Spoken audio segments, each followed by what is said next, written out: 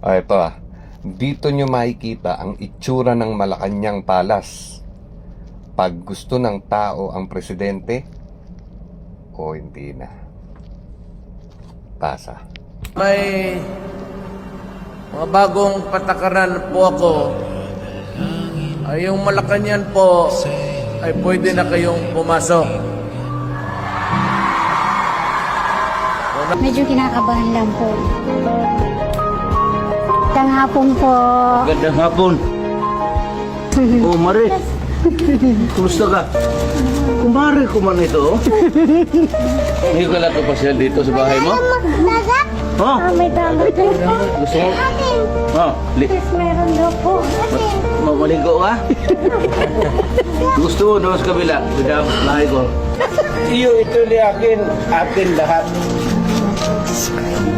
Atin dito, lahat. Doon ako natutulog sa kabila. Doon, maliit na bahay.